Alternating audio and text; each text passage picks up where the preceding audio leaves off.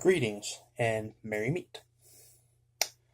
I come before you today on a special video for Spirit Day or Paranormal Day.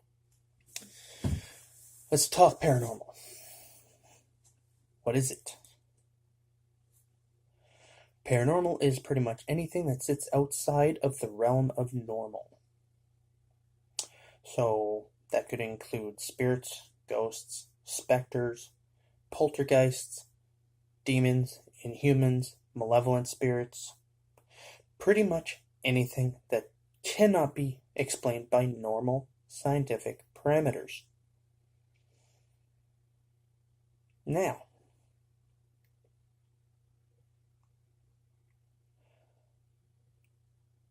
what that means basically, if I pause a little bit, it's because I'm trying to compute in my head. None of this is scripted. So it's not like I'm looking at my monitor to read all this to you. Okay? In my personal experience, over my many years of being a ghost hunter and Wiccan, I've seen many things. Many things that would turn most people's hairs white. I shit you not.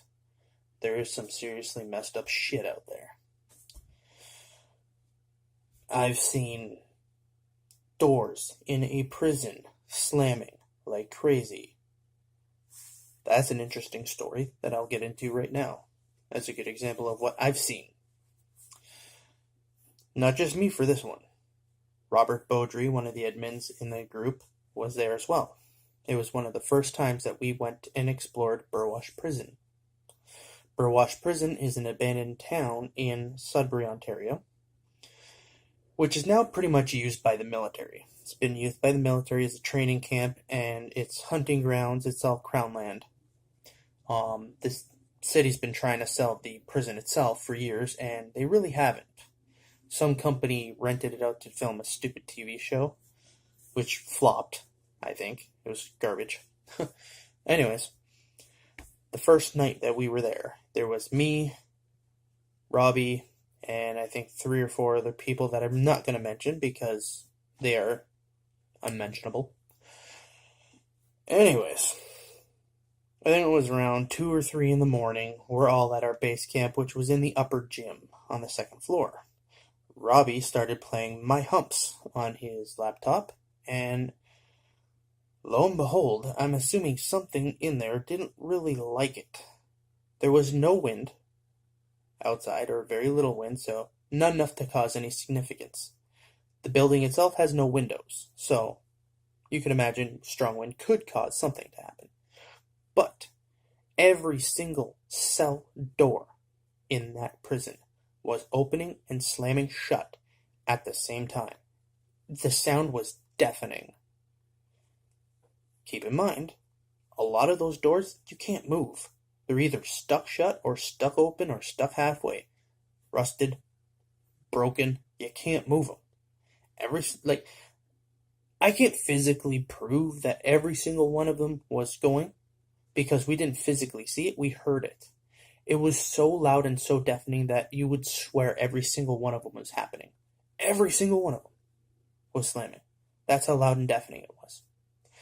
Now, that experience was so scary that 2 of the investigators that were on this investigation got scared shitless, turned white as a ghost, and demanded we walk back to our cars at 3 to 3:30 in the morning through bear country.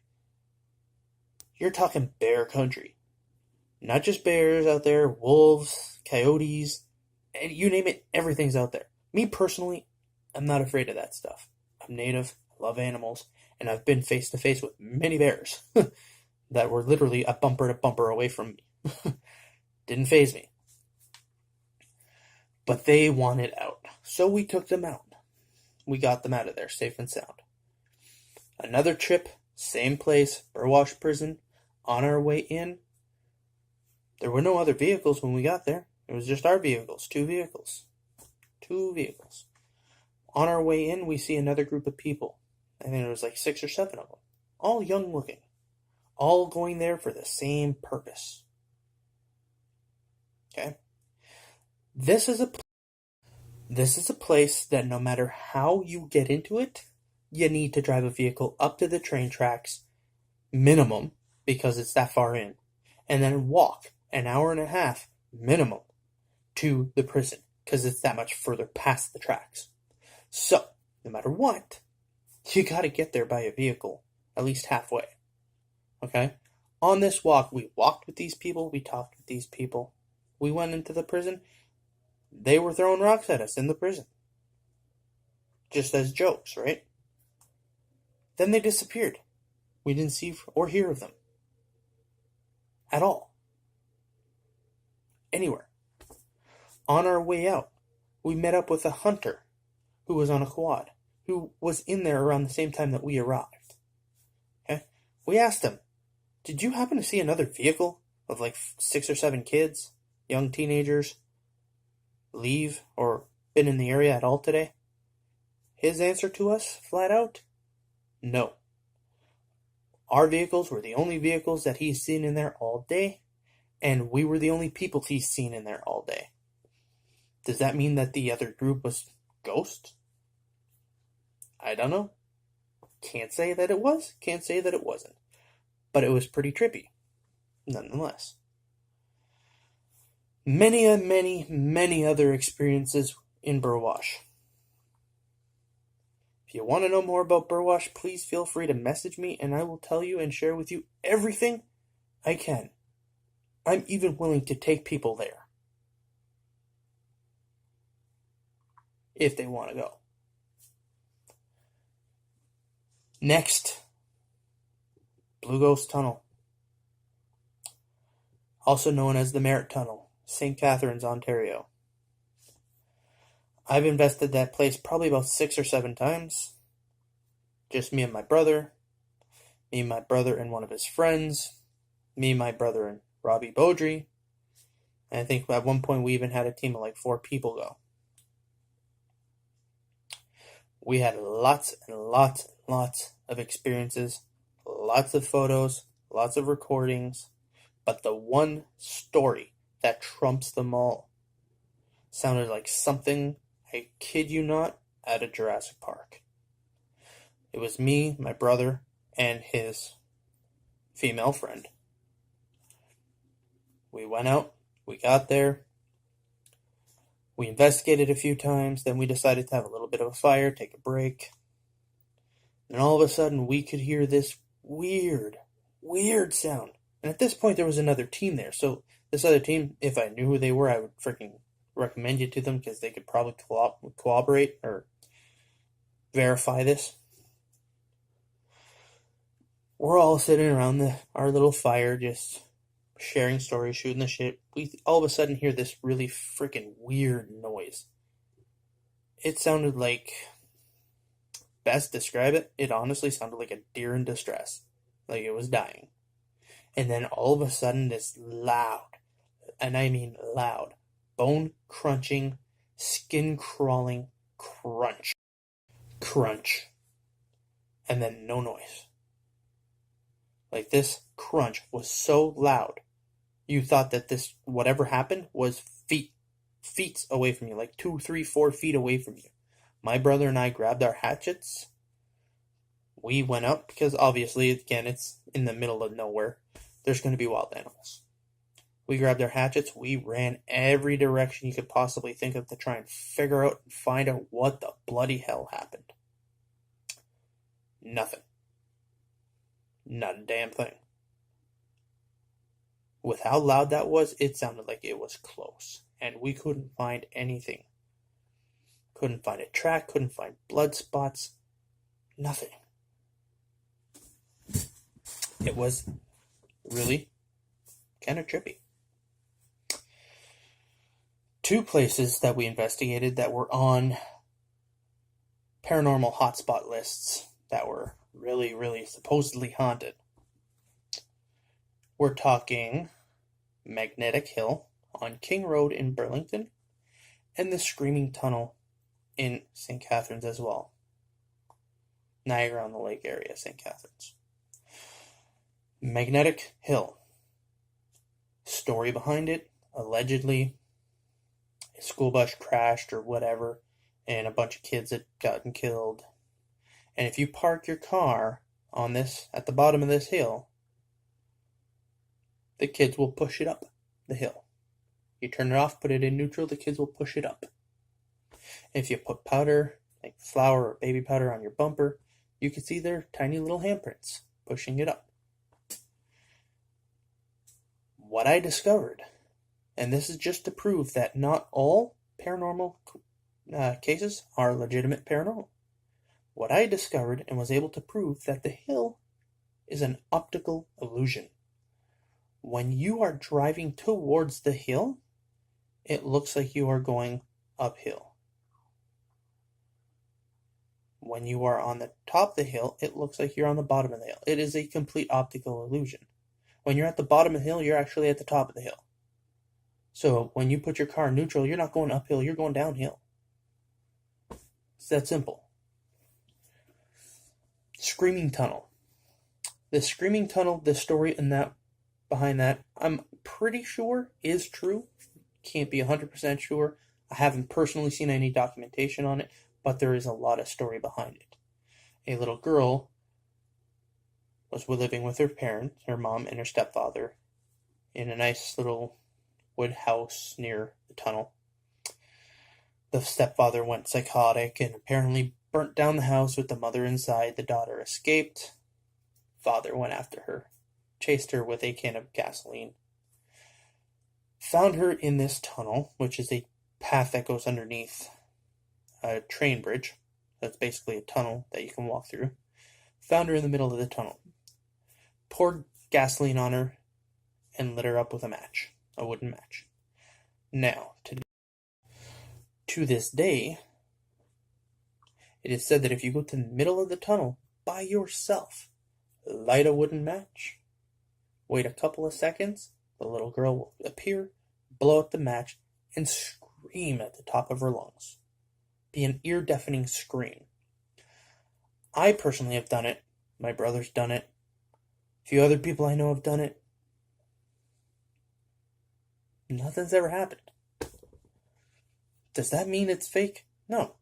It doesn't mean it's fake. It just means in this particular case that nothing happened to us.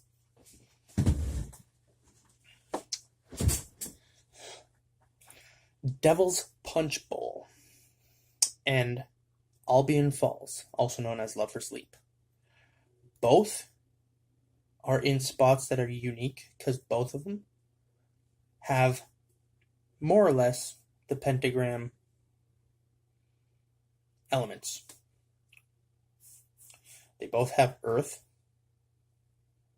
They both have water.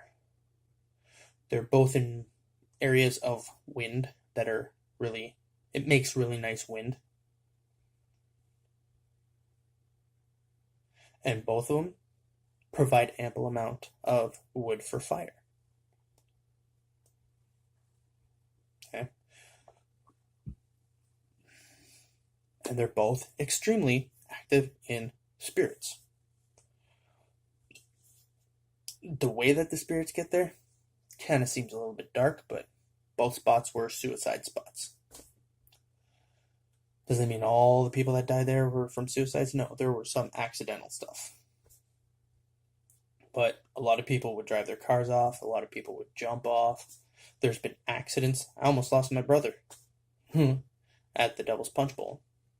We were scaling down a path.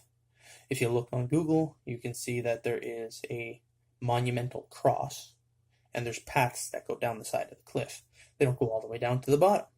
There's another path that goes all the way down to the bottom on the other side. These ones go about halfway down. Well, my brother and I were on one of these paths, and he was going down. He ended up losing his grip. He was inches away from falling a couple 100 feet to his death. Something saved him. What? You got me. I don't know.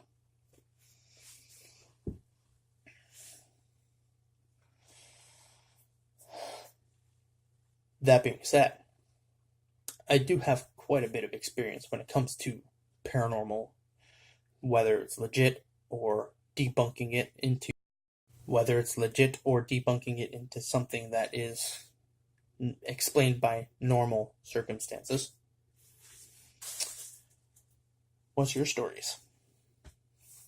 Please, feel free to share. We are a family in this group. It's nice if we could all connect one way or another. The reason why I want the workshop that we're planning to be at either Albion Falls or the Devil's Punch Bowl is exactly that. It is high in spiritual connective energy. It is beautiful for connection. Beautiful.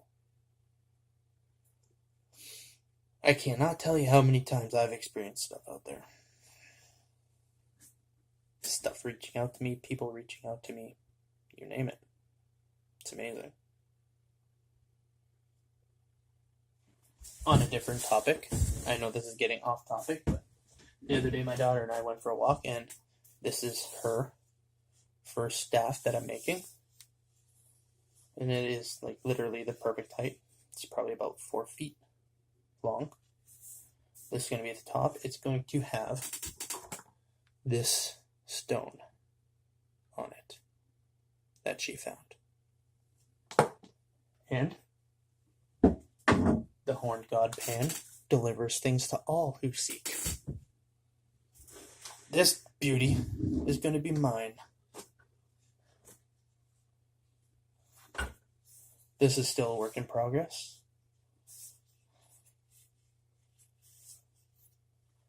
It's going to be epic when it's done. As a little teaser, there's my little teaser for you guys. She's almost done. There's inscriptions on both sides. Sorry, kind of dropped my phone there. There we go. Now, getting back to the topic on hand. Definitions. Personally, I think there are many different classifications, and I've experienced many different classifications. Joker spirits. Spirits that like to just mess around with you. Let you know that they're there. No real harm. They make things disappear and reappear somewhere else. Shadow spirits. Shadow people. They can potentially mean harm. Some can be good, but they can potentially mean harm. They're the kind of spirits that'll come in, befriend a child, and build up the trust, and then try to make the child kill himself or herself. Upon doing so, they become a shadow person. Essentially, that's the theory. Poltergeists can be dangerous. Poltergeists come into a house. They can haunt the person, or they can haunt the house, or both. They will make all kinds of scary shit happen. They can make all your cupboards open up in your kitchen. They can stack your dinner chairs in weird ways. You name it, poltergeists can pretty much do it. Malevolent spirits. Malevolent spirits or ghosts are there to literally do what they do best, and that's try and hurt you. They're almost demonic in nature, and that is why it's pretty difficult to tell the difference between an inhuman, malevolent spirit or a demonic being, because they run pretty much the same path. Although there are some demons that I can vouch for that are... Sorry, kind of cut off there, ran out of phone space. Getting back to the topic on hand, as I was saying, there's not much difference between a malevolent spirit or an inhuman spirit or a demonic entity. They pretty much run the same path. Some demons can potentially be good, just like some angels can potentially be bad. It all depends on which is which, right?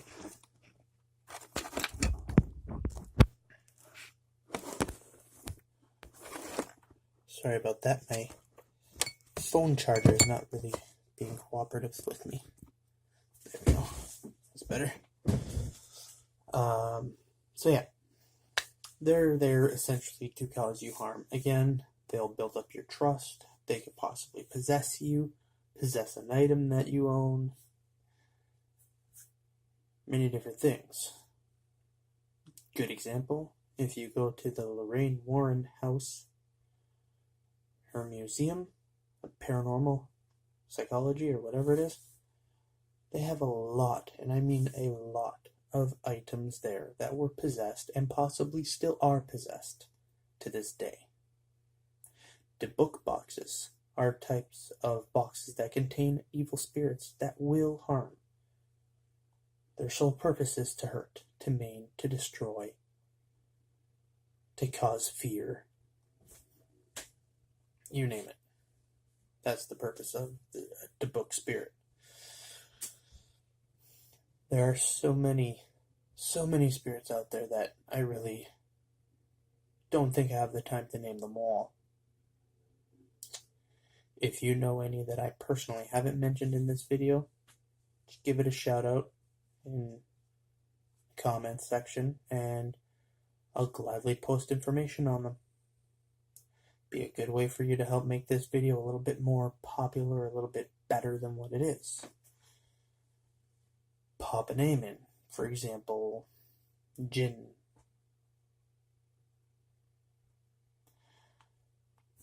Things like that. Aside from that, if there's anything else that you would like to know paranormal wise tonight, feel free to make a comment, and myself or one of the other admins, hopefully, will be glad to answer you. We'll answer all your questions. We'll give you as much detail as you need. And remember, if you feel up to it to partake tonight, please share some of your experiences in the paranormal. Until next time, blessed be.